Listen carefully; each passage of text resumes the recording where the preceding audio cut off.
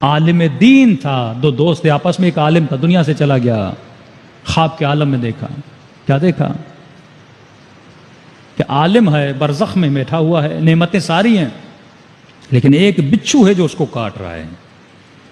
رو کر کہنے لگا، اے دوست مجھے اس بچھو سے بچاؤ۔ کہ میں آپ کو کیسے بچا سکتا ہوں، آپ عالم تھے، آپ کے اوپر یہ عذاب کیوں ہو رہا ہے؟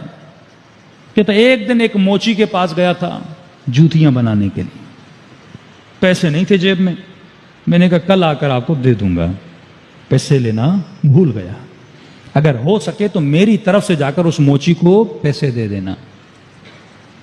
کہتے خواب سے اٹھا، اس محلے کے موچی کے پاس گیا، میں نے کہا فلاں عالم کو آپ جانتے تھے، اس کا کوئی قرضہ تھا، آپ لوگ کو پیسے نہیں دیے تھے؟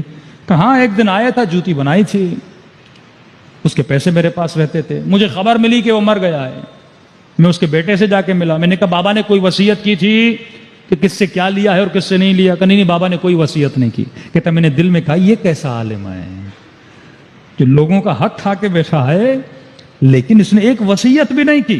15 سال کے بعد بعض مراجع کے نزدیک وصیت لکھنا واجب ہے، بعض مراجع کے نزدیک اگر کسی کا حق کھایا ہے، کسی کا نہیں کھایا، لکھ لو تاکہ کل مر جاؤ تو کم از کم یہ ادا تو ہو جائے۔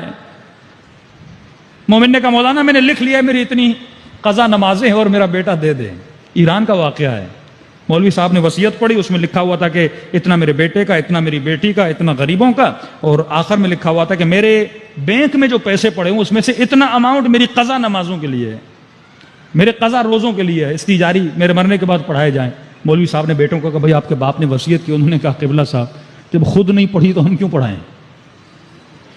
تو مرنے سے پہلے خود اپنا بندوبست کر کے جاؤ، اولاد کے بھروسے پہ خود کو مت چھوڑ کے جاؤ، کسی متدین آدمی کو کچھ دے کر جاؤ، بھائی میں اگر مر جاؤں تو میرے یہ چیزیں ہیں، واجبات ہیں، ادا کر کے جاؤ۔ صلوات پڑھے محمد و آل محمد پر۔